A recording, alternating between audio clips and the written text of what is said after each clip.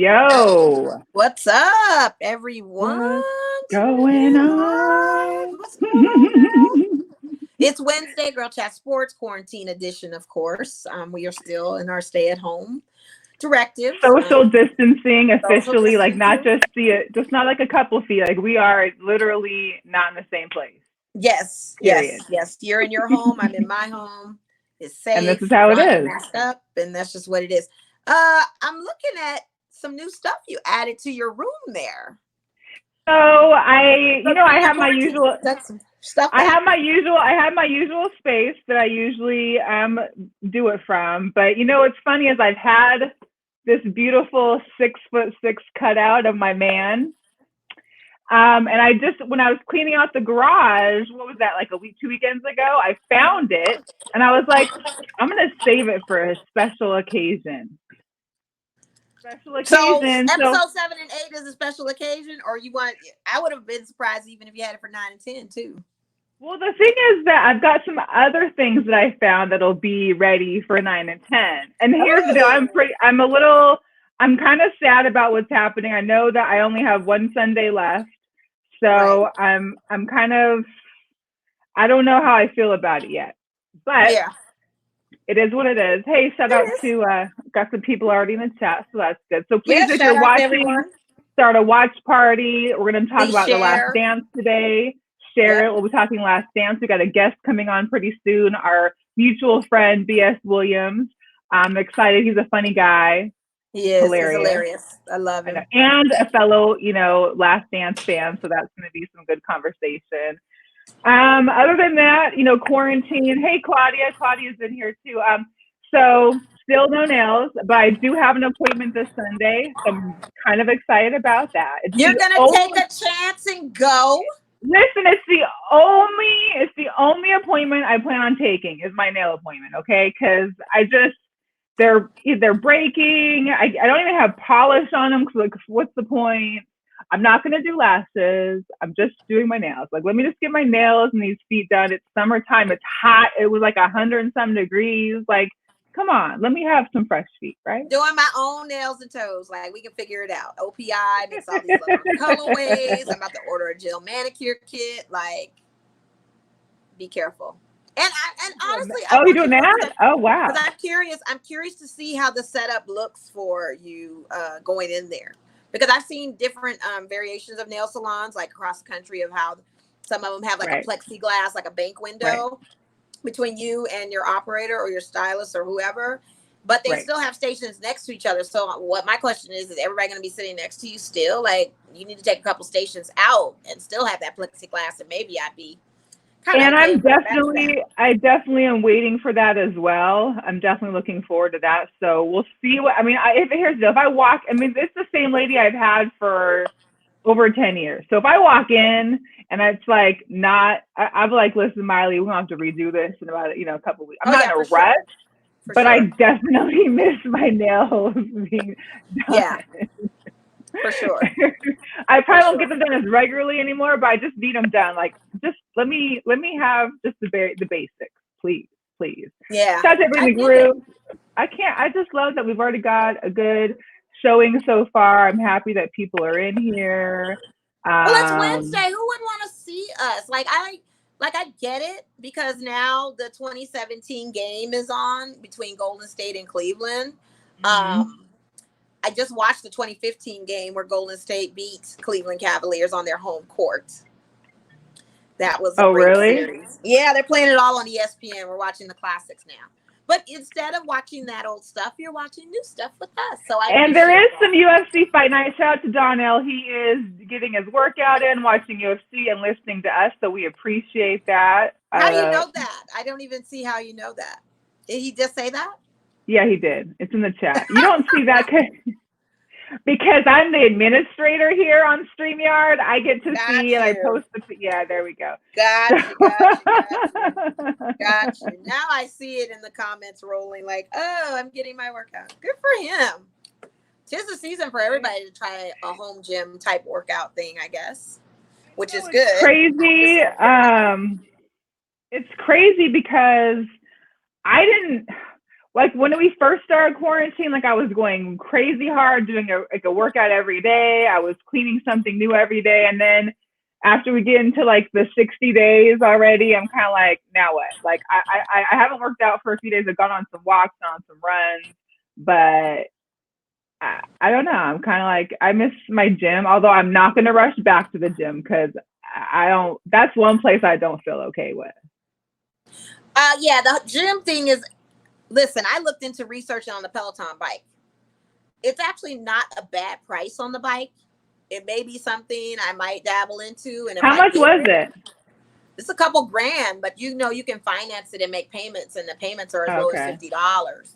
But or cash app. Yeah, put the thing up too. You got the thing up. Yeah. Oh, perfect. Yeah, let me zoom my camera so I can see. Yeah, so cash us.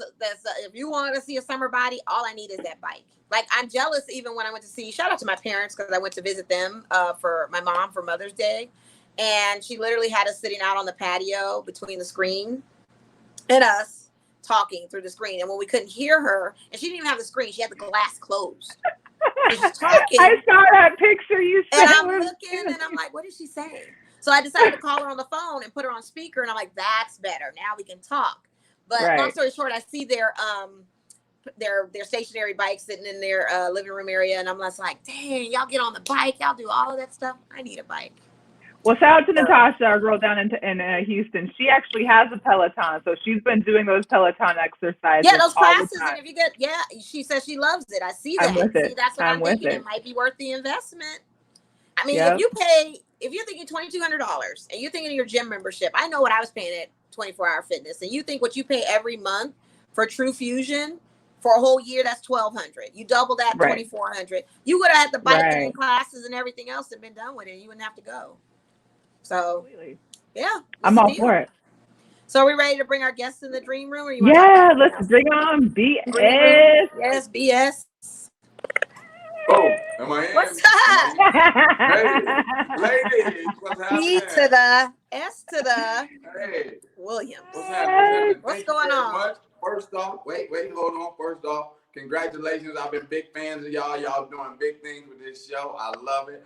I love that you stayed on in the quarantine. The transition made it happen. So y'all doing big things. Thank you for inviting me. But I'm glad I'm here.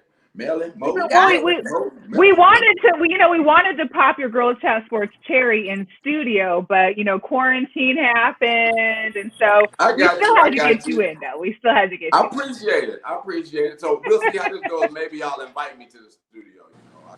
We'll see. This is your test run. We'll see what it does. We see what it looks like. I'm sure that'll happen.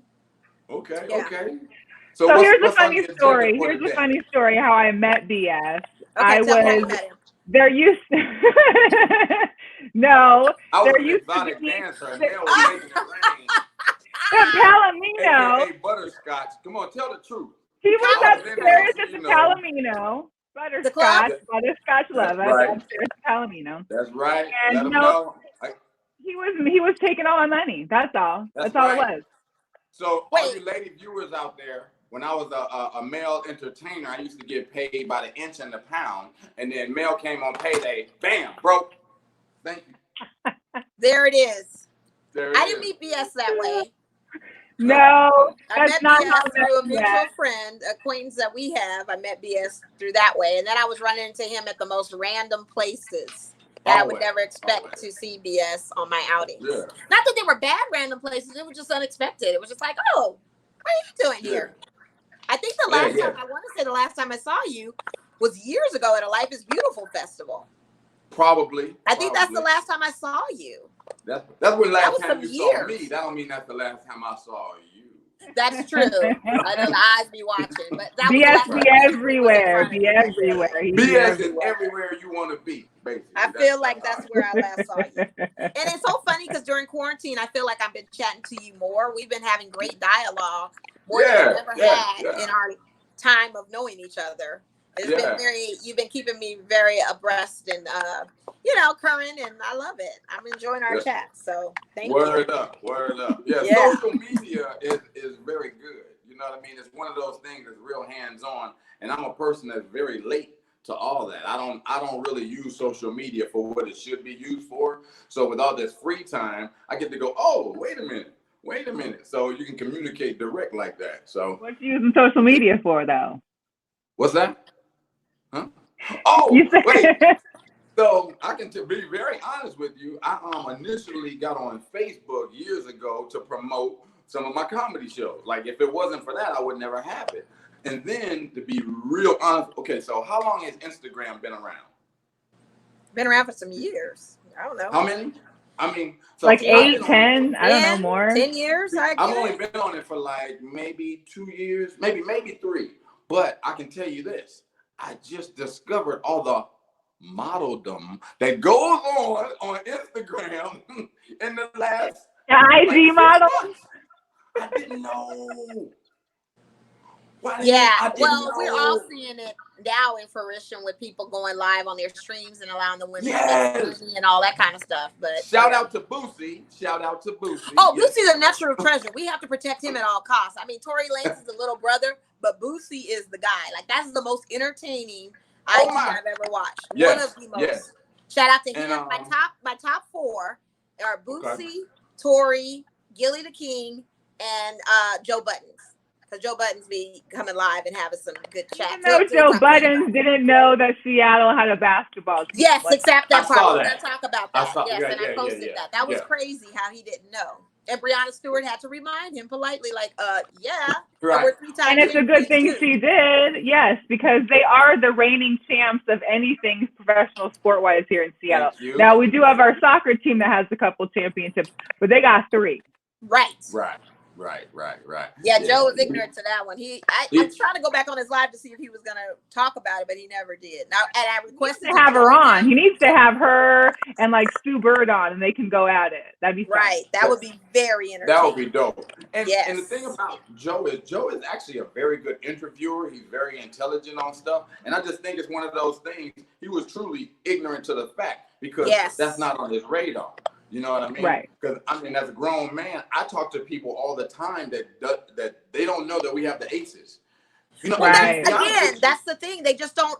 First of all, they're not adopting the WNBA. That's number one. Because if you were into the WNBA, you would know that there are teams existing. So that's just them not being involved with WNBA, not watching it, not, you know what I mean, not taking advantage of what we got going on, our celebrity, all of that. So that's part of the problem of people not knowing there's an Aces team because they're so focused on this NBA thing. It's all male dominated, and he just proved that saying that. Yeah. Right. Well, I think that just going into talking about the WNBA, I'm a true fan of like basketball. So I've loved the WNBA since day one. I remember when they were trying to do it before it was the official, WNBA with little farm teams. So I think that people that are fans of the NBA, they're well aware of the WNBA. It's the WNBA's job really to recruit new fans into the WNBA because some people are just passive, watchers of the NBA, but you're really trying to convert basketball folks to look at the WNBA and then grow the folks that watch the NBA. And I think that's the issue, or I think that's the biggest task they have at hand with the WNBA. So, and that's the problem that they've been having is getting those new fans. You know what I mean? Yep. I think Vegas was able to get new fans only because it was a new team. But other than that, there hasn't really been a whole lot of, I think the NBA players that have come to games have helped out. Kobe was a huge supporter, and I'm wondering who's going to be the next person that steps up now that he's gone. Right. Well, I can tell you, it's be honest with you, shows like this, but ESPN truly, I think they need to have it where, if you're doing the top 10 and it's WNBA season, you need to put a WNBA top 10 in there. You have to. Because they don't include us. Yeah. The only reason they don't include the WNBA in their segments or in their platform. They don't even have a segmented show on the Prime ESPN channel that highlights WNBA. Right. You're right. To your point, let's start there because the media is not even talking WNBA. Yeah. And it's funny because I think if you're a true fan of basketball, you really like the WNBA because there's strategy going on. There is actually ball playing going on. There's defense being played. There's setup. You see it. But because there's not a dunk every, 2 seconds, because very honestly, there's some teams in the NBA that I wouldn't watch a regular season game for. Which teams are those? I won't talk about that. Okay. I'm just. Too ashamed to say, huh? You put it out there. I just was asking. But no, what I'm saying is, the WNBA doesn't seem to get hyped up. I mean, no, the NBA doesn't seem to get hyped up until the playoffs.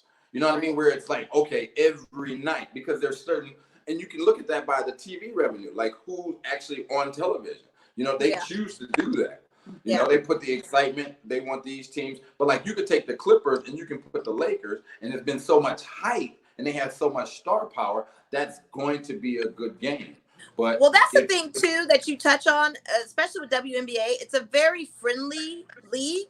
There's no rivalry, or there is a rivalry, but it's a friendly rivalry. There's no drama of the end. Right. This is the like they need that kind of climactic drama to draw people in as well, to your point that you were saying with NBA, because who the enemies are. You know which player is not gonna like this player and this player up against this, but they don't have that in the WNBA. They're all respectable. They all love each other. It's a sister love. So maybe they need to bring a little bit of that, just a tweak. Well, they have a couple. Well, this is the problem with our society and the sports culture is that women can't be villains per se, because you get a different moniker. You know what I mean? Where like a Charles Barkley, you love him, but you can hate him at the same time. Women, you can't always do that. You know what I mean? And who wants to take that role? Because sometimes LeBron James is the bad guy, but sometimes he's the good guy. Yeah.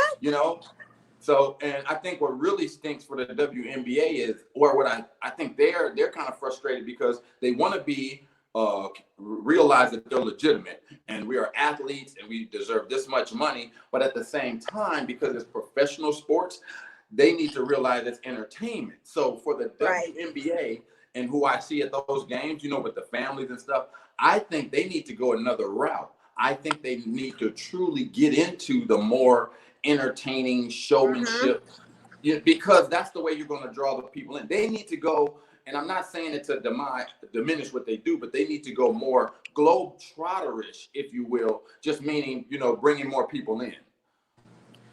I'm not going to say they need the high flying circus act to a certain. No. I don't mean that. I mean like what the big three is doing, making another level of excitement. Like, we got a 4-point shot. I got you. You know what I mean? Okay. So like in the last 3 minutes, maybe these points are worth this. Something to create the excitement. And where I'm saying is it's a fine line, because of course they're like, well, that's bull, because we're professional athletes. Yeah, but you're professional entertainment athletes. Yeah. And I think that's that fine line. So I'm with them. I actually grew up with one of I think it was the first or second season, of the WNBA. So I grew up like my fourth favorite basketball player is a female from Chicago who played, professional basketball, because it's very serious where we're from. Oh, I'm from Chicago, by the way. Oh, yeah, you are from Chicago? Oh, okay. Wait, where are you from? Where are you from? Yeah, second, hey, yep. Second guest of our show from Chicago. I love it. Yeah, that's what's up. I'm sorry, y'all got me all excited. I'm so excited. This quarantine, I don't get to talk to adults that often, so I'm just Hey, we just letting you go. I love it. Right? Talk all you want. We just here to listen. We love it. Well, no. Here, seriously, I have a big issue with WNBA because I have a big issue with people talking bad about WNBA, because I'm like, here's the deal. If you go to 3 games, you can't go to just one. If you go to 3 WNBA games and you don't like it, then okay. Right. But you have to give it a chance, because if you see the energy and what they're trying to do with the fans and the families and help the culture, it is so great. It is nothing better than to see girls between the ages of 6 and 17. You know what I mean? Not the women. It's great to see them too. But I mean, for young girls to see themselves on the court and like, wow, I'm number 4, I'm number 7. It's just amazing. And that's what creates that culture. And I think that's what the key is, and I think if more people saw that, they could support and they could get behind it. you know, but I just think people just, who wants to watch that, you know? Right. So. And it's so much different in person. It's kind of like, you know, going to a baseball game. Like, you don't really want to watch it on TV maybe, but if you were to be there, it's like you see the crowd, you see the fans, you see how everybody's into it, you see the camaraderie between the fans. I mean, it's something that, I mean, and it's sad because this Friday, I think, or Saturday was supposed to be the first Aces game, May 17th or May 16th. Yep. Yeah. I think baseball is a perfect example because baseball is a sport that I choose to watch on television in the playoff, like the World Series. Right. That's where it's exciting for me. But I can go to any live game because it's a different energy. I can go to AAA, quadruple A live game because it is a different energy. And that's a perfect example. The WNBA is just like that. It is a spectator event. So, yeah. Well, thank you. I try. Thank you. I love baseball, and I can attest to being a Dodger girl. There's nothing like going to the Dodger Stadium to watch the games. But during regular season, I watch the games too. Not consistently because it's a long season, but I catch a game here or there when I can. You know, we were all upset when Time Warner wasn't showing them before on TV, and now we get a chance to see them. So that's our hype for that because some networks won't show your games. They won't show your teams. They just don't have a contract obligation with them. But to be there in person, to your point, and to Mel's point, it's definitely a totally different vibe. I think when I tell people, and it's the same thing with the lights, when I tell people, go to these lights games, go to the soccer games, the lights is a different animal when you're there. You're a part of something, and you feel a part of something even with the Aces games. It's just that's how it is.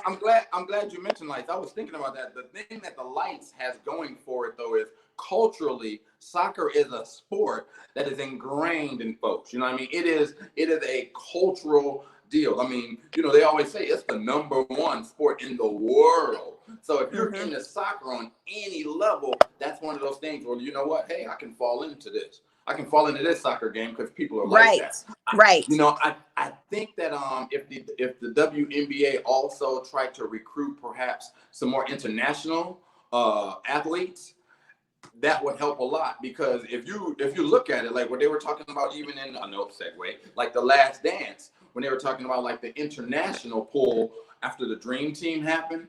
If you look at like what Yao Ming did for China's basketball ID, you know what I mean? If you get a couple international stars, because international, they treat their athletes like all of them to another level. And to your point, I read that Jinsu Park, who plays for our Aces team, is staying in South Korea to train for. She's like a young member of the team, but she's treated like a star out there in South Korea and playing for those teams. So not only is she out there still working on her game, and I think in hindsight, she just can't make it here anyway because of the current conditions. It's just tough. It's just tough. And so for her to still be on the team of the roster of the Aces and then coming back when we do start our season, you're going to see a whole nother aspect probably open up because of the time she spent back in her home of South Korea.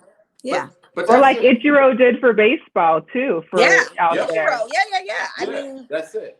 That's it. I mean, because that's the thing about it. It's the business of it. You know, it's the business and the entertainment factor. Once you go professional, that's like, okay, how do we really, really need to get this off?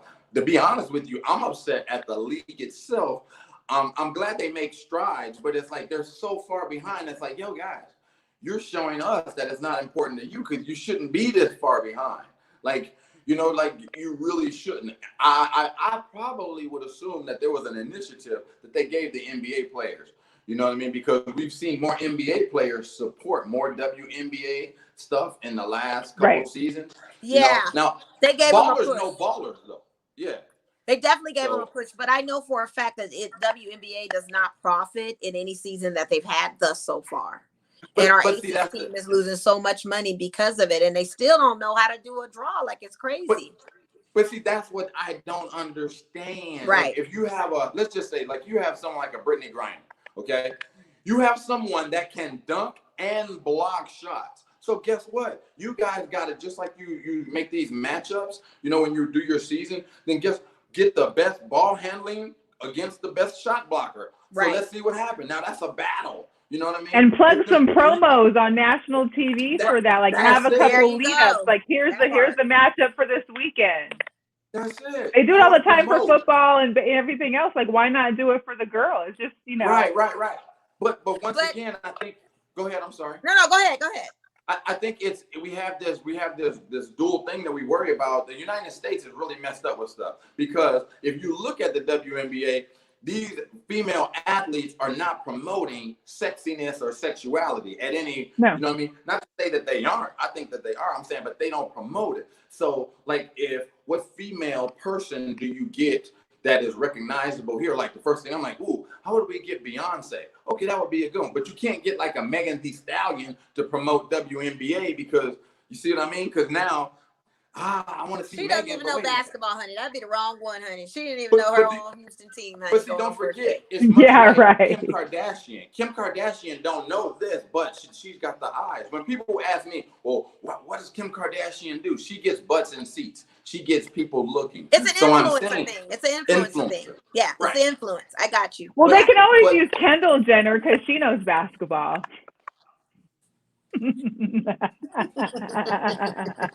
Okay, next. I mean, you know, right? I know she got a bomb-ass shoe collection. I know that. I'm sure that's the only thing she collects. Yes. Yes. So real quick, I just have to say, if anybody out there, I showed my hat before on the Raiders. I'm now showing the Coors Light limited edition can that you can get. It's the inaugural Las Vegas Raiders Coors Light can.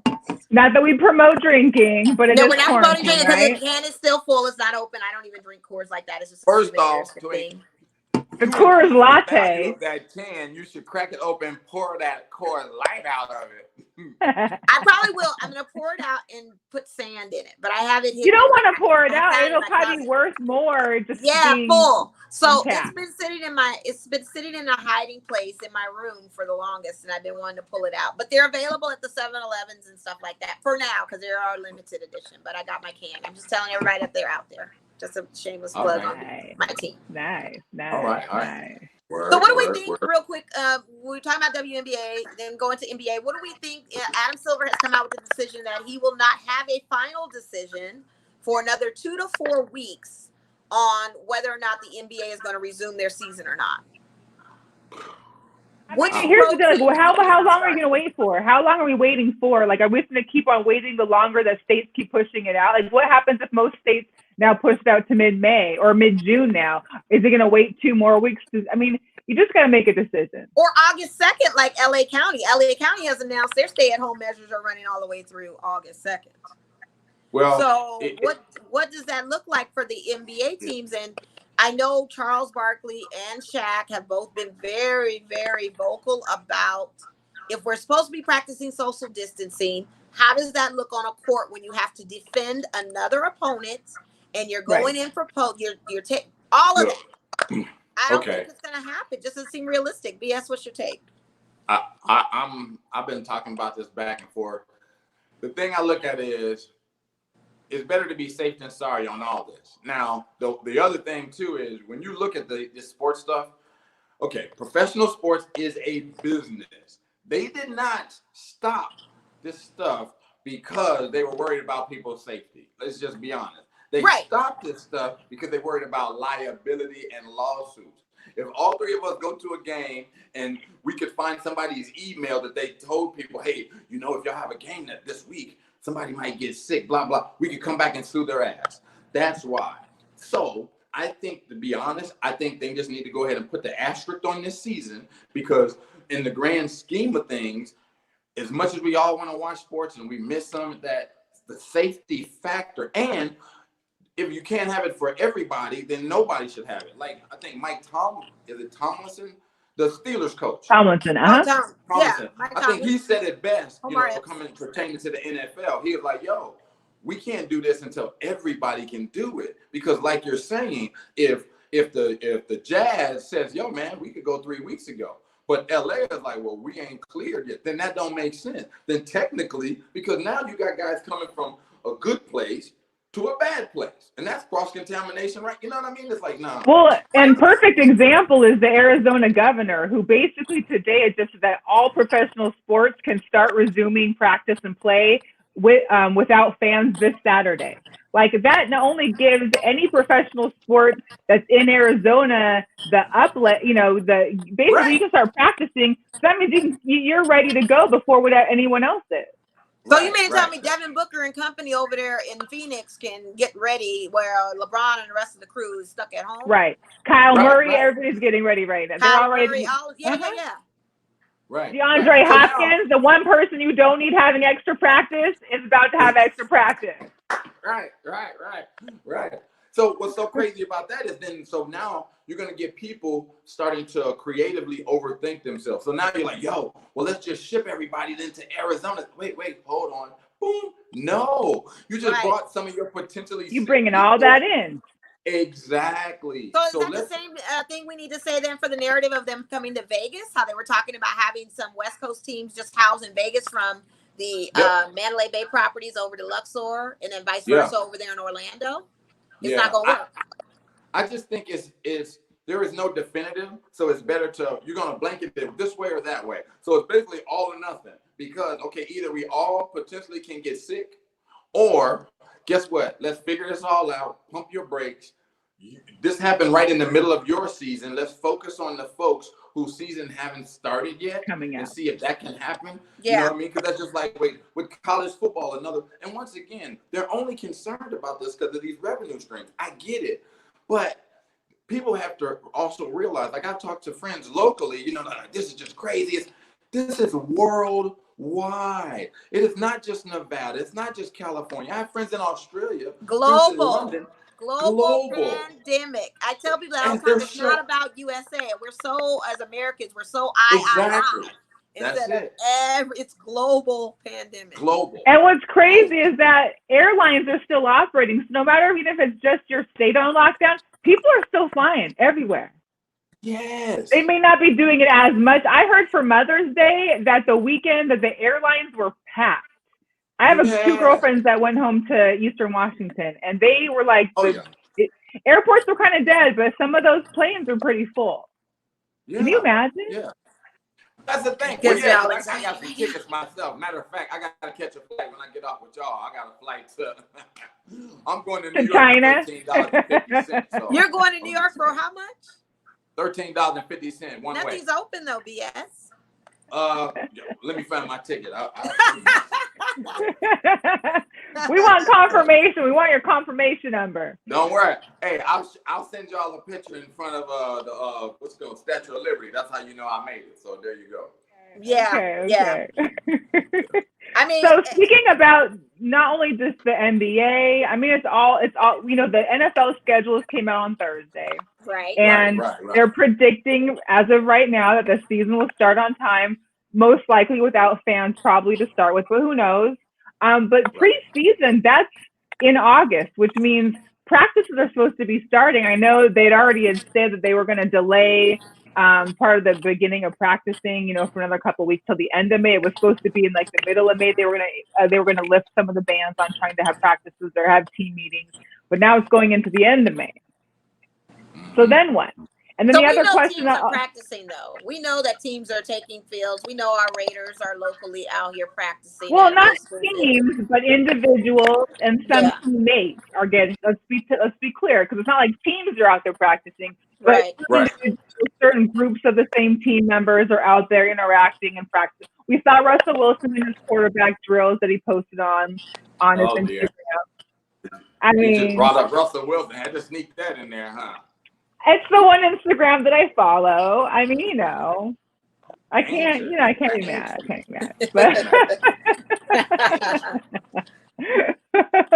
But no, to your point though, you're saying right. Like, how's that going to look? What's that landscape look like if we're supposed to have? I don't know. Here's the deal. Oh, go ahead. Oh, go ahead. No, I was just going to say, because out here, I mean, because I know for like my Husky team, like there was a big thing on my news feed about the Pac-12, that all the coaches within the Pac-12 agree that there should be a streamlined starting date for all NCAA like, you know, collegiate sports as far as like the football teams, the basketball teams, whatever. Because I know for the Huskies, our first game is in Michigan. So if Michigan opens up earlier and decides, because the NCAA has stated that they're basically not having any rules, that they're leaving it up to the state governors as well as the university's president. So if Michigan says, hey, we're going to open it up and start practicing in June, but in Washington, because, you know, Seattle, you know, they're still, I think, on quarantine until the end of May as of right now. If they keep going in that route and end up like California, like I think one of the California schools, they might even have fall games right now. If the Huskies have to go to Michigan that first game, and Michigan's had 2 months to play, it's the same thing. Like, why are we making it so much harder for these teams? They need to have one date to streamline. Here's the thing. It all comes down to economics. Okay, now we were talking about UFC. UFC did a perfect thing with testing. Okay, it was isolated. They did a perfect thing with testing. But UFC is also one of those events that you can do every 90 days. You know what I mean? It's not an every weekly thing, and they did it without the spectators. To financially test everybody on the football team every week and all the staff would just cost way too much. Now, the problem with that also is you thought it was a priority to do these sports teams when we actually have people, regular citizens in society that need these tests so they can get back to their essential jobs or what have you. So that's what's so crazy. I mean, it stinks, but I don't know how their college. I have no idea. I don't think college is going to happen. I listen to Mel. I don't think realistically it cannot happen. It just doesn't make sense to happen. Yeah. Especially if your student participation is not going to be there. Your students are online. What kind of college experience are you going to have kids go? They can't even go to the games. Your boosters are done. No, it's just not going to happen. They've got to figure it out like that. And they're definitely not going to spend money on college students for testing if they can't do it if their pro athletes aren't even going to be able to get it. Well, they'll be able to, but if you're, like you said, to your point, the citizens can't even get it done. That just doesn't make any sense. I just don't think there's going to be a season of college ball. I just don't see how that can happen. I don't think. Well, but here's what stinks. They would have to have so many people sign so many waivers. Like, you know, the liability would be ridiculous. That's it. And the that's why they're not. Would be ridiculous. Nope, they can't. And that's why right now, that's why they're trying to push it on somebody else. But I don't see it happening unless they figure out, okay, we let everybody back in and it plateaued here. Here's, you know, X amount of this, because there are people that they keep saying are carriers right now, aren't showing any symptoms but could pass it. You know, so you can't. It's just gonna be nuts. Also, by the way, Wuhan just got their second wave influx, so they're back. Hello. To their thing again. They did? Yes, they did. Big time. Okay. So if they're getting their wave, the waves are coming for everyone. So that's it. That's why, like, this is a good thing. They're slowly letting people back. This, you know, in the States, but it's also a bad thing because we have to realize, guess what? The second wave is going to be the mean. That's what we're going to find. And what's crazy is our second wind is going to be in the fall or winter when all of these sports are being played. I mean, baseball, basketball, football, hockey, all those seasons are in the biggest time of the year. Oh yeah. It's insane. I'm glad it's not my problem to figure out, but geez. It's a mess. Oh yeah. It's a mess. It's a logistical mess. And Donnell was saying, you know, if the players want to play, logistics are figured out. They'll throw the ball up. Baseball's figuring it out. Everyone else can too. You've got to understand though, baseball's arena is totally different from basketball arena, totally different from a football arena, totally different from a soccer stadium. So depending on how those venues are set up, where there is a huge amount of square footage where you can do that. And I think baseball will probably be okay because the social distancing is real, just because of the player positions and everywhere on the baseball diamond. You don't get that on the close. Diamond. But but you have your bullpen and you have everything else, and I get it. Okay. So check this out. It's one of those things where it'd be a logistic kind of like nightmare. Who's trying to house party? My favorite thing at a baseball game, other than the crazy stuff going on in the field, is going to get $8,000 worth of snacks. Okay, and when you go to a baseball, you are on top of, you know what I mean, to get this $15 hot the concession stands, beer, $8 bag of peanuts. But right now, when you go shopping, there's 6-foot X's. You know what I mean? So now you're going to kill that. It's all these revenue streams plus people are on top of each other. I don't know how, like you said, it is a logistical nightmare. It is nightmare. And to be honest with you, I've been in the house so long. Why do I want to go out? Everything is so convenient to me. I mean, if they offer leave, wait a minute. Donnell said we may as well stop life. I mean, believe me, I love sports, but sports is not the only thing in life. I love my life more. Right. I'm not willing to risk my life over a millionaire's play date. I'm sorry. I cannot do that. I cannot do that. I think one thing that we've all realized being in quarantine is that there's a lot more things that can be done and completed from home than we thought. Like, I know me personally for my work, like, we've realized that most of our work can be done from home. Granted, we do need to be out maybe here or there, but there's some adjustments that can be made, I think, throughout some things. And you're hearing these companies like Twitter, a lot of these other tech companies are like, indefinitely you staying at home. Like, the workers do not have to come to work. Apple's like that. Right. It may be a wave of a futuristic kind of thing we're going to temporarily right now until there is a vaccine or whatever the case may be. But I know being in the house, it has been very convenient for me with Instacart, with all these things that can be delivered to you. You don't necessarily have to leave your house. You're like Sandra Bullock in The Net. Like, you're just on there like, I can have this. I can have this. I think I'm not somebody that I wouldn't consider myself a sports junkie, but I think the one thing that I have realized is how huge a part of sports plays in other people's lives and their livelihood. Like for me, you know, with BMX, that's my therapy. I get on my bike, I go ride, do whatever. But I know, you saw that. But I know that there's a lot of people that is their therapy. You know what I mean? When it comes to the degenerate gamblers, sorry guys, you know, but even that, you know, or watching games, or the casual gamblers. I mean, you know. Yeah, but no, there's gamblers and then there's degenerate gamblers, and they Right. So, that's their main source of income. Online poker hasn't stopped. So the degenerate gambler is good. It's just the online sports betting that you have to look at. And that's probably going to be a new thing too. Looking at a virtual way of doing your online betting and having the payout, which you already have, but you're going to get it even more so with William Hill and all those things if sports comes back. But I see my thing is, well, my thing with like the sports and like the fans being in the arenas is I would almost prefer there be no fans and have sports versus there be fans, but then how do you social distance in a stadium or on bleachers? Like, it's almost impossible.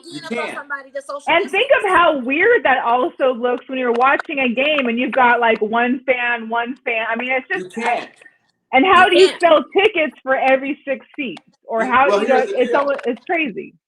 You can't, because guess what? Right now, if we were at a game, all three of us, and we were under the social guideline at a Knights game, let's say, okay, if we just scored a goal, I can't even high five y'all because you're gonna be 6 feet away. You know what I mean? You don't have hey, air five. It's gonna be like Demolition Man when they were greeting folks with the hand, like greetings. Right. You're not gonna be able to touch folks. I think the biggest thing about all of this is this too shall pass. It's just a pandemic. It's like a movie. So there is no easy answer. And every time we get a little better this way, we get the, like you just said, second wave, Wuhan. So it's like, well, you know what I mean? That means it's coming. It is not over, you know? And I know it's frustrating. You know, it's just scary. I'm about to become a gamer. I'm sorry. This is the life. I'm about to become a gamer. I can't do it. I can't do it. That's what it is. Wait a minute. Can I suggest? ESPN has just announced they're about to show gaming tournaments on their network now. Like, you're about to see gamers go at it. I'm about to be a gamer. I'm about to be a gamer. Might as well. Every year they have big ones like that. You know, they'll do the championships and, you know, with esports and stuff like that. So that's a big thing. What's Donnell talking about? But we're walking next to their Walmart. I'm sorry, Donnell. The Walmart thing is the worst thing right now in the city. They do not. Or, you know, people always talk about the lines at Costco or the lines at Home Depot, but you're not in the line for 3 hours with people, you know, I don't know. Here's the thing. Let's go to that. If you don't go to Walmart or Costco or something, sometime in the next 3 weeks, 4 weeks, a month, you may not live. If you don't go to a basketball game, football game, you're going to be all right. So, you know what I mean? So when you're talking these things, you know, it's like, okay, Walmart, grocery store, we need that. Now, it feels like we need the sports or whatever, But if it all went away tomorrow, we don't need it. You know, it is not essential. And I'm saying that, you know, kind of tongue in cheek. It's essential to some people's mentals. Let's just be clear. Some people need it as an outlet. You know what I mean? 1,000%. But you know, Donnell had posted about Walmart. I'm going to tell you right now, I've gotten the memo at Walmart. They're not wearing masks, none of the employees. They're not social distancing. That is the worst place to go. So I will not be going to a Walmart. Yeah, I don't do Walmart. So that's a bad example to cite, because I've been to the Targets where the Targets, the line is all the way down to produce because of the 6 feet rule. Everyone has masks. They're doing plexiglass. So they're doing the best they can for what's going on. Well, but people at Walmart are like shopping like they're at like people at Walmart are shopping like it's at their leisure. Like, oh, you know, I needed some new curtains today. Let me look for some new curtains. No, come get your essentials and get the hell out. They're not doing but nothing. See, a lot of that acting like it's all regular day in the life. Cabin fever. So I don't trip. I know what I'm there to get. So when I see people doing that, I don't trip, because that's the first time they're out of the house. That's their social. You know what I mean? So I'm like, okay, let me just move real fast and look at these directional arrows. What kills me when I'm out is people that do this. I'm like, their nose is there. You are sniffing up the virus. Like, or they got a mask like on one ear, like, well, I just need to breathe for a minute. No, breathe in the car. Player. Hey man, how you doing? I don't want anybody touching me right now. I don't want anybody breathing on me right now. Everybody with a scalp. I want to give. You know, it's just a tits time for everyone. Yeah, no, because we just don't know. It's just I think that's the biggest thing, is that we just don't know. I just don't know. And I'm all for seeing the guys play together, but what happens when that one player tests positive? We saw it with UFC this weekend. One fighter tested, he was a preliminary fighter. One tested for positive. They took him out the match. What do you do when your best player gets COVID? Does it shut it down again? What UFC or no? I mean in basketball, football, anything. Yeah. Is it shut down? Don't forget the Magic Johnson rule. You know what I mean? The Magic Johnson rule, when Magic Johnson was diagnosed, you know, if you got a drop, boom, check it out. So Bach, just like Tommy Gunn, it ruined Tommy Gunn's, you know, career. He was diagnosed then you put everybody at risk. So it's process of elimination. So if you got it, like right now we're on this team, okay? I get it. So the first thing they have to do is then both of you would have to get tested. You know what I mean? They got to test the camp. So if a fighter or a player, like, boom, all right, everybody on the bench, let's test the trainers. You have to. And the only way that they're going to make people believe it if they do that. And if they do, to be honest with you, Dana White is so gangster. I'm going to tell you this. In my conspiracy theory mind of minds, I think that dude probably didn't have it. They just saying, look, we got to throw somebody to the, you know what I mean? Yo, this is how tight we are on it. Bring the attention in. Word. Yeah. You see what I'm saying? Now I'm like, hey, like, dog, Dana White even do this? No. Now, I've been a big fan of Dana White. I have it on wax that I'm a big fan of his. So he was smart and gangster with this whole thing, because we was going to see UFC. He made sure of that. He was pushing for it. I mean, his push was real. Like, he's really adamant about it. Yeah, he has. Yeah. And he brought even more people in to watch it, too, by probably doing that. Right. Yep. Right. There was only one thing that was kind of weird to me out of the whole UFC event. I don't know if you saw the one commercial or endorsement from the president. You didn't see that? Yes. There was a message from the Honorable Donald Trump during the fight. We don't mention that name on the podcast. We just say 45. I'm sorry. No, because 45 is just MJ, man. I'm sorry. So, okay, you want to say that? Cool. But I need to let everybody, I want to give 3 sports movie suggestions if people are really fiending for some good sports and movies, because I'm a huge movie buff. So I got one movie is Brian's Song. Oh yeah. It is old school tearjerker crying song. Don't have me on the floor crying again. Football movie. Great movie. Yes. Okay. Another movie that's a little bit off, and that's football. We got a baseball movie, and now that I think of it, it's got the same actor in it. It's called Bingo Long and the Traveling All-Stars. Absolutely, yes, that is my movie. Richard Pryor. It is Billy D. Williams in that. Yes. And then The other one is called RAD, R-A-D, BMX bicycle. Yes, I remember RAD. I watched that in elementary school. Yes. RAD was a good. That's when RAD everybody had the dirt bikes, the mongooses, and everybody wanted the bike. Yeah. That's it. That's it. So yeah, that's three sports movies. You know, if anybody out there wants some extra sports in their life. Right. Yeah. So let's get into Last Dance. This is what you guys been waiting for, 7 and 8. Look. Pull it up closer. Let's see him, Mel. Let's see what Jay got to say. Okay, that's good. That's good. I don't want you to have to fall nothing over in your house. It's like a whole cardboard cutout. Yeah, it's a whole cardboard thing. Yeah. 6 to MJ, you know? It's a dope background, though. I love it. Well, that's how I used to measure people back when I was younger. I'd be like, yeah, you're not up to that height yet. You're not. Where are you at on Jordan's ruler? Nope. That's I'm going to leave this at the door just so I can tell how tall y'all are. Yikes. That is so wrong. So wrong. And I know you're not lying, but that's so wrong. That's so wrong.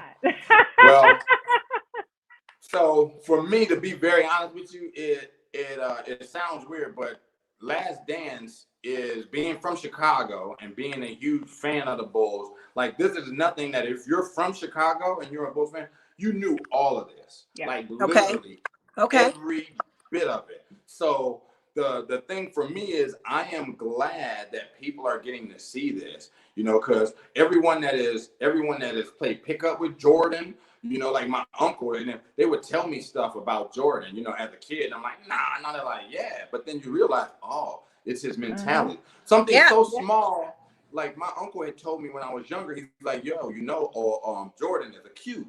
You know, Omega Psi Phi for people who aren't familiar with that fraternity.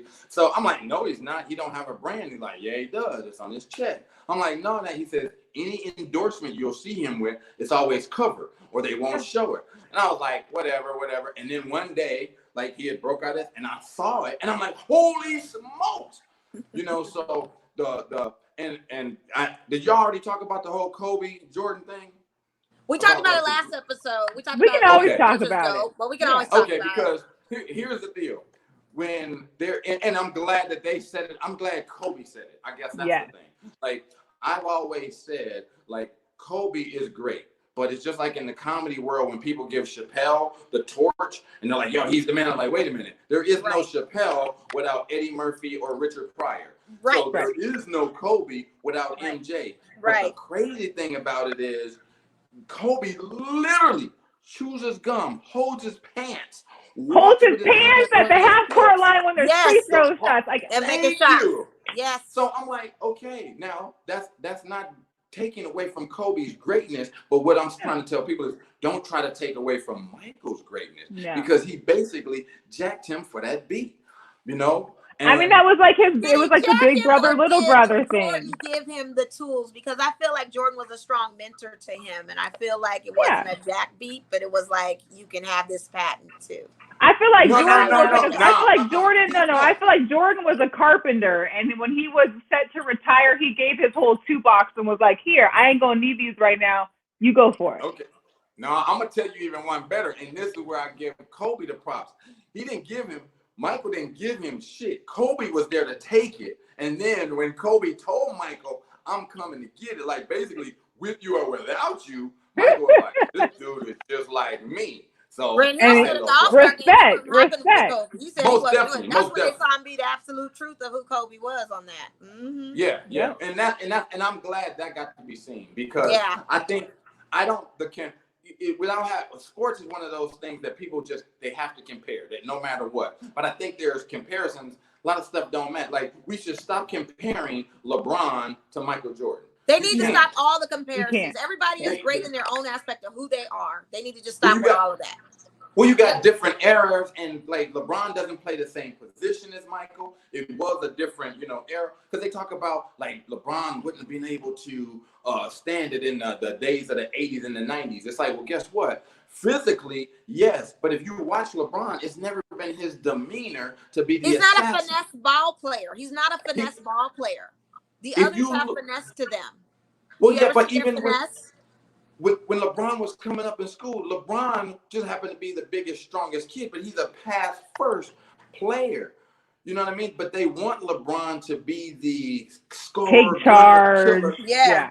No, he actually can be better as the field general facilitating. Yes. You know what I mean? But when they give you this much money and they give you this commercial and they put, we believe in on the building and no, you got to do this. And that's where the professional sports comes in.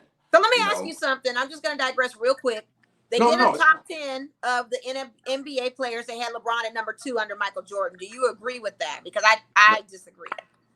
Well, here's the deal. I agree with Jordan being number 1. I have no problem with that. That I accept. But when it started going down the list and you putting Kobe at 9 and Magic at 10, I'm like, whoa. Well, I think it's subjective. It's not a music game. Because see, like music is when like Jay-Z and they say numbers don't lie. You can do that because Billboard or record sales don't lie. Like you look at Jay-Z's, discography and see what he's done, his bottom line is like, okay, he's the greatest, but he might not be your favorite. So I think that's what comes down with the basketball stuff.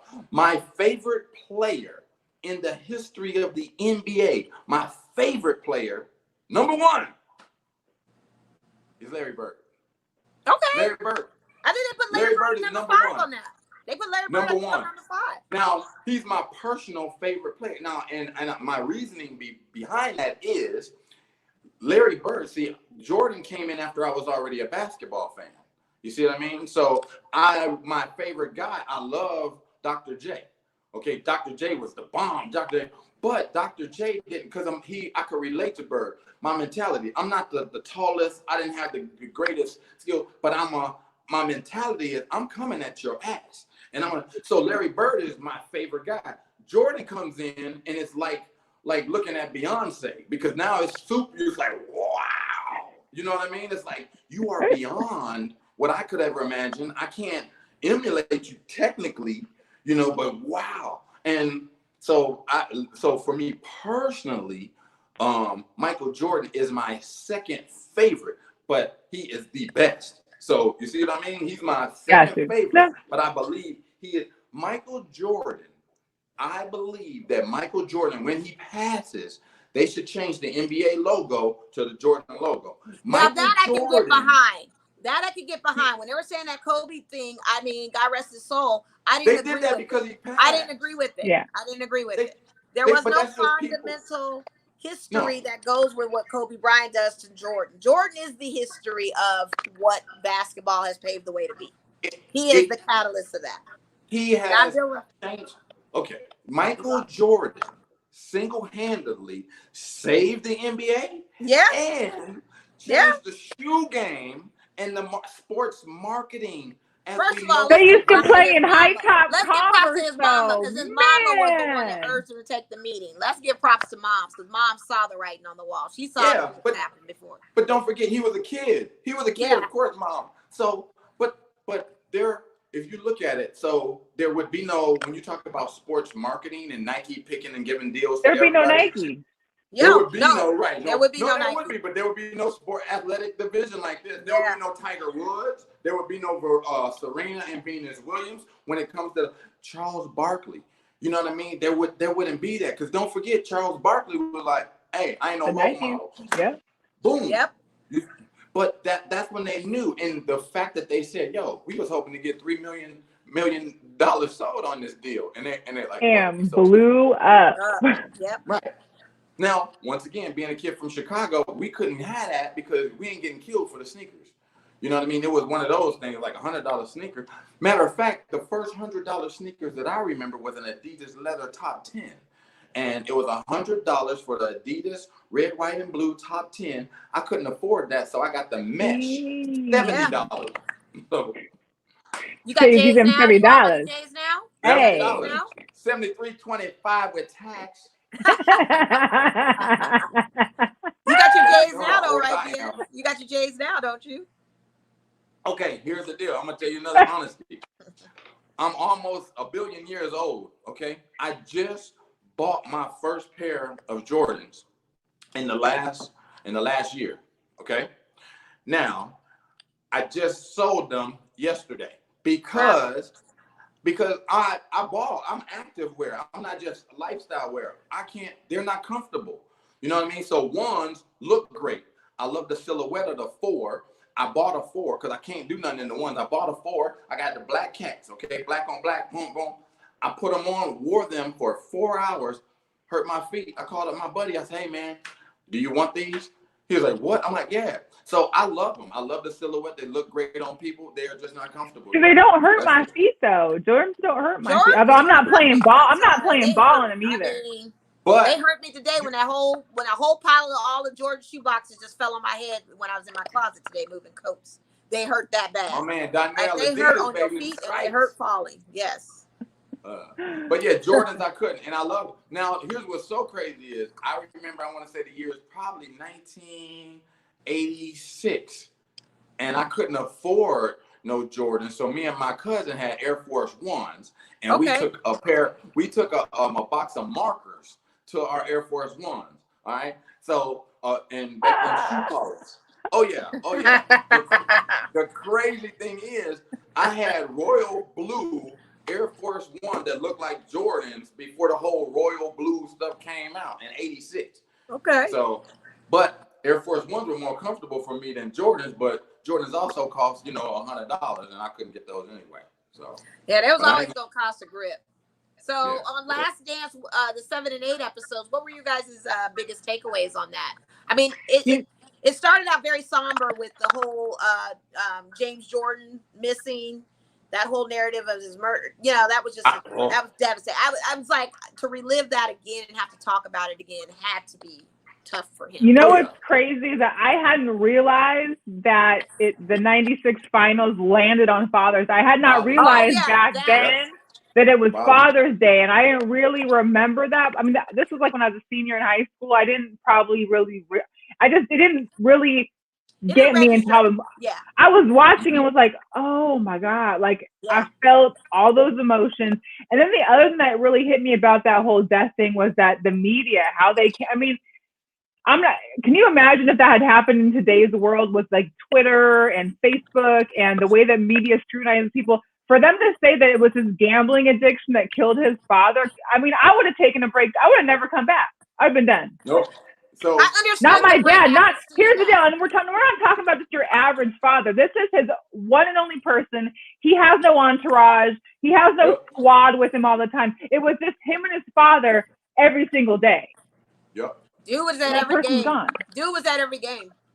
Yep. There was this confidence. Now the crazy thing is, I was actually on radio in Minnesota when it happened. So this comes over on AP. It's called the AP wire. So you get this big piece of paper. And it's like Michael Jordan. Not Mike. His name not Michael. Jordan's dad. James Jordan. Is missing. Yeah, James Jordan is missing. Blah blah blah blah blah. And I remember getting that at like in the 12 a.m. So I'm like, okay, cool. So we would have to write these stories. So we're waiting, and since it's the overnight, you don't have to worry about that one. You just wait to the next one before that. So then we get another one. Wait a minute, foul play might be at hand. And I remember thinking, wait a minute, foul play? Like, why are you going foul? Why would you jump into that? Yeah. Yeah. So then now we're getting, because it was the influence of the national media, and the thing is, they still do that because I think people forget. Media is always trying to be first instead of right. You know what I mean? They want to be first. It's disgusting how they like TMZ. That's it. So that was the TMZ. But the crazy thing about it is TMZ then gave it an excuse to be legitimate, because now there is not a lot of news. It's entertainment. So that the fact that they did that, to him, but that shows you when you're at that level of your game, they will look for anything, to build you up, then bring you down. Well, that ties into the previous episodes where we were trying to question even his thing of gambling. Is he a degenerate gambler? Does he bet into all of this? And so that narrative played with this narrative, and that's how that whole thing kind of gets into the snowstorm of it. Because they don't let stories go. They want to find something. And to me, that justifiably made sense on why he stopped playing and wanted to pursue the dream of baseball. I get it now. Like, I totally get it now. That's totally understandable. Because he never had time to process his dad's death. And can you imagine going into season just having to play? Like, you just don't have time to grieve necessarily. All eyes are on you.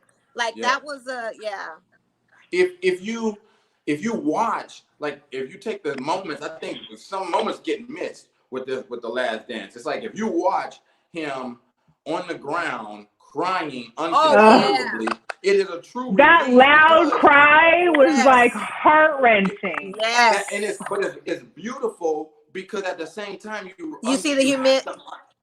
Yeah, but you understand this guy is not taking break. He is truly working. Like when you watch like Olympic folks, Olympic athletes, when you watch them, it's very rare you see somebody win a medal and not cry, because basically now they know that's when they can release. You know what I mean? It's over. What I was trying to get is done. And when he says, hey, I was tired. Yeah. I was planning us, and me and my dad, if you don't believe that, then something wrong with you, because you know he's like, I'm tired, because he's been trying to do it himself, you know, because that's his mental. And once again, it's like Larry Bird. Larry Bird and Michael Jordan are guys that can do it, but that doesn't mean they would be the best coaches to get someone else to, you know what I mean, do it. Michael Jordan on the floor, field general, he's bringing guys up to that level. But do you see how passionate he was about driving them and making them do it so much to the point where it brought him on the verge of tears? It was a buildup of all of that. Well, that was his whole thing, was winning has a price. He said winning has a price. Yeah, that's it. Yeah, he was so determined on all that. Mm-hmm. That's it. But see, that's the thing. Everybody want to be a cowboy, but don't nobody want to step in shit. Oh, can I say that? Oh no. Yeah, you guys. Go ahead. You've been cussing this whole time. We just let it flow. Parent advisory stickers all on there anyway. I'm changing the logo. But see, that's the thing. And if you can get folks on one accord, like I hope that more people watch this and be like, yo, that's what we need to do. If you look at any sports team, when they give up stuff, when they sacrifice, whoa, because what happens is they go from this to, you know what I mean? They start working as one. Nobody that is repeat, like no, in any sport, you see anybody, they get on that and they say, we're going to stay focused on this. We're going to stay on it. It ain't broke. Let's not fix it. Focus, stay on this and move on. And that's Jordan.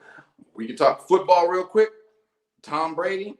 I am the type of person that if you like winners, then you like Tom Brady. Yeah. If you don't like Tom Brady because he's a winner, then you are a hater. That's my opinion. I'm a hater because I hate the Patriots and the Tuck rule, and there's a history with my Raiders and all that, okay? The what rule? Huh? The what rule? The Tuck rule. You mean the Raiders and the Raiders or the bunch of cheaters on the Patriots? Like, I have an issue with the team. I've never said that. I'm not a Brady fan, but I have to respect his greatness. That's one thing I can say. Yeah, he's great. He is great. But I don't like greatness on that. There you go. That's not the hate of that. You know what I mean? Like you have to see the greatness. I mean, I couldn't stand LeBron when he was in Cleveland. I love him now as a Laker, but I always thought LeBron was that guy. I just didn't like him because I didn't like the Cleveland team. But I think that's where some people are just in the absolute hate zone of I hate Brady. Like I hate everything he stands for. How can you hate a guy that's just got 6 rings and it's just all you can't. Who has an arm? You cannot. Check this out. You cannot. No athlete. See, spectators get into this thing where they're like, you know what? I just want to see somebody else win. Guess what? Then you were never an athlete, because there is no athlete that would go back to back that would win. If us three right now are playing 3-on-3 basketball, everyone knows once you lose, you get off the court. Okay. If we're playing basketball on a Saturday and we ain't got shit to do Saturday evening or Sunday, we're not trying to leave the court. We don't look at each other and say, hey, you want to wrap it up? No, we are trying to embarrass everybody there so they never want to challenge us. So how come Golden State got all that? Because Golden State was on the path of being winners. You see what I'm saying? I was all for them too, because it was a West Coast. But you can't keep that much people that want to get paid as much as they can. I mean, that's the whole thing. Is either you want to keep winning or you want to go for your bag. You can't do both. And I think that's the one thing that people didn't realize too about. I hope they say it in this next episode. Well, no, they already talked about money. Jordan was getting very underpaid. You know what I mean? But think of this. Jordan, when he got those other pieces, when he was orchestrating that stuff. Now, the one thing I don't like is I heard a lot of people say, well, you know what? Jordan could have told him to do this for Scotty and blah, blah, blah. See, that's my on the outside looking. Oh, no. Oh, no. Uh-oh. We're losing our guy. Yo, Metro PCS, the time is up. No, I don't have Metro PCS. Well, you got cricket or something, because I've never in my life, I don't understand. That T-Mobile joint. That right T-Mobile now, joint. You're on. I don't understand what the Wi-Fi is going on. Okay, I'm coming on low battery, so thank you very much. You sound like a robot. Hey, here y'all. Just come out and pop back in. Just yeah. Try that. I don't know what y'all said. Oh. Where you go? Okay. Bam, I'm back. No, He's still. I hate BS. I really Teddy Riley in the building. That's right. Teddy Riley in the building. No, I'm saying like close out of it completely and go back to the email and hit the link. Okay. Love you. Why do our male guests always have difficulties? I don't know. And I love BS. But one thing that I wanted to address too about the whole Last Dance, I didn't realize, I mean, like you said, some people knew about stuff, but I didn't realize that, you know, after 95 and them losing to the Magic, and Jordan was like, I'm practicing tomorrow. And not only that, but at Space Jam, they built him an entire gym, and his own weightless. So he not only is he up all day shooting, but then he's working out for 3 hours, and then having those pickup games though, when he was able to scout out the rest of the NBA with Patrick and Reggie and all those guys were coming to those games. Now that was, if they would have recorded more of that, that would have been, they need a whole episode of just the outtakes from the documentary stuff. I mean, I hope there's a whole DVD or Blu-ray set, they'll have outtakes for it. They got to. I hope they gotta have like an unedited version or something of it. I enjoy. I thought this 7 and 8 was the best that I've seen so far. Me too. I thought this was like the culmination of what I've been waiting to see. Like everything else. And I remember that time of 96 and being at a school down south, and how that hit hard for all of us with the James Jordan. Because that was close out there. Oh, yeah. You know, people were trying to find mobs. I'm telling you, students were literally, I've never seen men cry as much as I did when that Shout out to Brian Salmon in the house. Oh, B. Sal's in the house. I love it. Yes. I can't believe that people were really like trying to find the killers of this. Like students were really trying to march and be like, where are the guys that did this to Michael Jordan? Right. And did this to his dad. Like that, it was that deep down there. Like it was no games being played. We all were kind of, we felt that. We felt that big time. And seeing that Lexus and all, and that whole story, I just remember it. Remember it like it was yesterday. And to have to have it relive and talk about it was just unbelievable. But what I did like is how Tony Kukoc, you finally get into the Tony Kukoc thing, the clutch shot at the end of the game. Yes. When Scotty refused to come in. Man, listen, if that wasn't the worst load management I've ever seen in my life. And did you see the tears of his teammates after they won? Pissed. Going in on, like you let the thing is that he didn't respect it. See, when Jordan left doing that. Well, no, yeah, when Jordan left, he became the leader, and he was more the nicer guy, which people liked about him. And then for you to do that, and then for you to come on the interview and say, "Oh, I would have done it again. I regret it, but I still would have done it." Like that doesn't even make any sense. That doesn't even make any sense. That makes no sense. You shouldn't even have said that, because that made it even worse. You know what I mean? That just made you shouldn't have done any of that. You shouldn't have said any of that. You just said, you know what, that was a huge mistake in my life, and left it at that. Kept that other rolling. For him that he spoke that out there saying I would do it again. You were only doing the impound pass, bro. Tony Kukoc had been shooting clutch the whole season. So why wouldn't you think that if he didn't shoot clutch this time, it wasn't going to go in? It was going to go in. All you had was the inbound pass. So you thought you had the inbound play. So all you thought was your ego was like checked a little bit because you felt like you wasn't going to be the hero. Homie, you was never the hero to begin with. Chill out. Yeah, right? Come on. I don't understand that. And they probably could have been out to guard you. They probably know that you might have been the last shot and been guarding you. So why would they put it? I mean, it was for him just to bail out like that. That was a total crumble meltdown. I've never.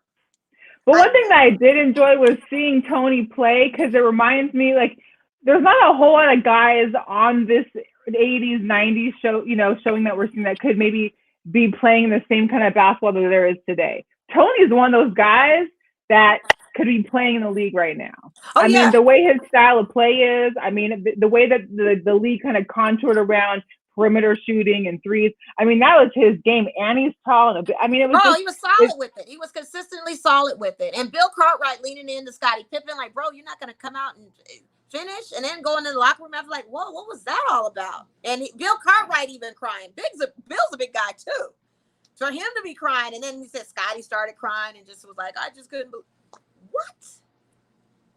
Yeah. What? I did respect Steve Kerr, though, for coming at Jordan and them having basically had a better relationship after the fact. I mean, I feel like, you know, that somebody probably had to come at him at some point to kind of challenge him, or at least like, no, I'm standing ground. And that gave him the respect he wanted. But even Jordan himself felt a little humble, and I thought it was some low-key shade. Like, I just punched a little guy on the court. Like, what was I thinking?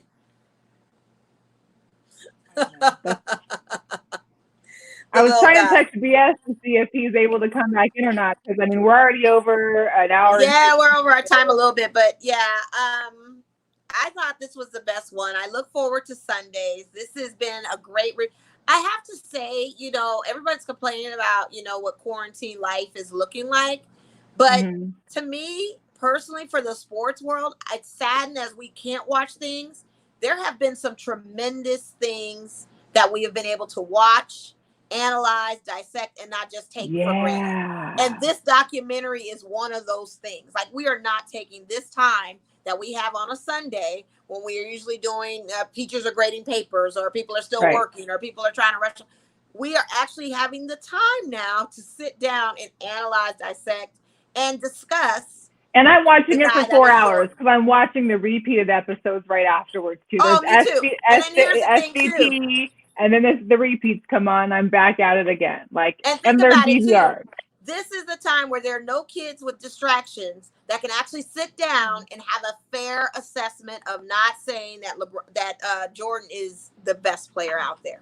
Even and I think kids that are following LeBron and everything, but just to at least see and know what we're talking about when us old people are talking about Michael Jordan. Yeah, my nephews are notorious for rolling their eyes. That here you go. Right. But to see it and actually know and understand, that's one of those things that's just like, it's the greatest thing ever. This is just like one of the best things that's ever happened. It's great, and it's like something that, you know, will be, and that's one thing that I like about being able to watch it with everybody, because we have social media, so that's my timer. Shug's scraping at the door right now. I love it. But it's one thing that, you know, we're able to watch it with all of our friends, even if we're quarantined or not, and be able to share the experience. Like, I had made a couple posts and people were, you know, getting to do that because people are, you know, we had gotten the links. I think some people had sent us links to watch them ahead of time. Who wants to do that? You can't share the experience with everybody. No, I like watching it in the real time. I can wait. Yeah. You know, I'm not trying to forge ahead on something that, you know, my brother did that actually. He's like, well, I already watched 7 and 8. I'm like, oh, really? Like, come on. Dang, he watched it Marcus. last week. Yeah, he had already watched it. He's just like, I already watched 7 and 8. It's good. And that's all he could tell me. And I was like, man, well, how I can discuss these things? That's why I got Mel. That's why I got you, girl. Because I know you're going to watch it in real time. And I'm whatever the case may be, and we'll talk about it. But it's just, I gotta say, it's great. It's great. There's no denying that. So I don't think we're getting BS back. So no, it seemed like his Metro PCS or whatever the heck that was that he had. Like it's you said, the T-Mobile thing or something. T-Mobile, whatever. But you know, the Aces have a new assistant coach. You know that, right? That just joined. I want to say it's Tanisha Williams, who used to play for New York. She has been in the league for quite some time. She played under Laimbeer, which is good. She's one of those coaches that can add, she's one of those players that's a really defensive player. So now maybe she can add that defensive element to our girls. That'd be nice. We need to get her on. Yeah, that would be great. That would be great. You know, shout out to everybody that tuned in. Yes, thank you. Shout out to everybody who's bought a hat. There are yes, everybody's been asking for the hats. Now they're asking for other colors in the hats. So I need to coordinate. White right now. Right. So everyone's asking now for orders. Black hats. I can see about that. As of right now, there's a handful of white ones left, and that's what we get. get. Let's stop through the white ones before we get the black ones starting, you guys. The whites before the blacks. It wasn't meant like that. Right. I just because right. Yeah. No, I know. No, it looks good. You can on see it better because even on the visor, you can see it. Wait, yeah, you can see it. The whole logo couldn't fit on the visor. But the whole logo can't fit on the visor. Plus, it makes my face dark. You can't see my face with the visor. So yeah. But sure, those are our Cash Apps. You're welcome to Cash App us if you want to get one, or email us, DM us. Thank you so much to BS Williams, because I literally have known him since I probably moved to Vegas. I love him to death. He's a funny guy, comedian, BMX riding. We didn't get to his BMX riding and how COVID has impacted that. We're three-dimensionally all together and we can see each other, and yeah, definitely. BS is that guy. He's a cool guy. I met him through you guys' circle because of Andre and everyone else, and that's how I met him, and he's just really that dude. He's very all-time. I know people have questions for BS. We'll have to ask him if he's Greek and ask him all the time. I don't think he is, but I don't think he's Greek either. Yeah, I don't think he is either. Yeah, so we'll have to answer those. But on a lighter note, it looks like some of these sporting activities that I posted, people are being very creative with how they spend their time with sports. Some people are rollerblading with their dogs on their back, like a backpack. Right. Some people are swinging with their head upside down, dipping their head in the pond. Like I said, I might become a gamer now because it just seems like that's what it's going to be. You're better than me. Anybody that's down for the NBA 2K, holla at her. Get a tournament going. Let's get it popping. We can talk about that. And then anybody that wants to come on and stream with us, like BS, you guys are more than welcome to join the chat anytime while we're in this quarantine. Even after. Please do. And shout out to my boy Markel Martin on his stellar client from UFC 249 this past weekend. Francis and Francis did that in 20 seconds. 20 seconds. Woo! So I'm just so excited and so elated that he finally had a chance at a fight, and he finally got to show everyone the real what deal he with can him. do, how fast he can do it. He's also said that he is willing to take on DC. He's ready to go on to Cormier because Cormier can't fight the next fighter that's coming into. I think Cormier is supposed to fight somebody. Somebody help me out. But anyway, if it's an interim fight, Francis is down. Daniel Cormier is down. Dana White, if you're out there. Fight Island. Let's get it. Fight Island. They're both down. They're both ready. Let's just do this interim fight because Dana's pushing for it. So shout out to him. Great match. Even though it was 20 seconds, it was a one-time KO. Had got on his back asleep. Right. And the guy is the real deal. So there's nothing more I can say. That was just amazing. It was a great fight. I can't wait to see more of him now. Like it made everybody go, whoa, that's what he can do. One of the fighters, all right. Yeah, they're dope. I mean, one of the fighters got injured within the 5th round. I read. I can't remember his name. I think I had to send it to you. Was it Ferguson or something? Yeah, Ferguson. Yes. Ferguson. Yeah, that's a rough break. But it was interesting how BS mentioned that conspiracy theory that possibly that previous fighter in the right. That sounds like it could. I mean, it could have very well been the case. Maybe we need to hit up Alan because Alan did an interview with Dana White, and that would. And shout out to him because that was a dope interview, and I wanted to ask him what Dana's thoughts were. LV Sports is Yep, DC and Francis to get that next fight. I'm for it. I'm all about it. What's amazing about these comebacks? Like I posted a poll on our Girl Chat Instagram. If you guys aren't following us, follow us now. If Mike Tyson from his workout video, is he ready to fight? 76% of you guys said, let's have him get back into that life. And then in the meantime, you got Evander Holyfield out there. Is he? I didn't see that. Yo, Daddy, he is ridiculous too, trying to get back in there. So are we looking for a Evander and Tyson? A 50+ match 50 or something? Geezers at Caesars. I'd watch it. I pay for that one. So that's crazy. I'm with it, but you have to check it out with Evander. He is in there too. And I thought he was a little bit punch drunk. I didn't think he had the facility to do what he could do. You know what I mean? The faculties to do that. And apparently he's sparring with this guy. He's in the gym. He's quick with his hands. He's going these short jabs. He's doing uppercuts. That would be an interesting fight to see. It would. Yeah. All right. We're at almost an hour and a half. I mean, let's get out. Everybody, thanks for tuning in. Thank you so much. We love you guys so much. Stay safe. Wash your hands. Social distance. Please wash your hands. Please wash. That's the number one problem with this. Nobody's washing their hands, and we don't know how hygienic people are. Like, please, reach into your hygiene. Just get it. Just do it. It's easy.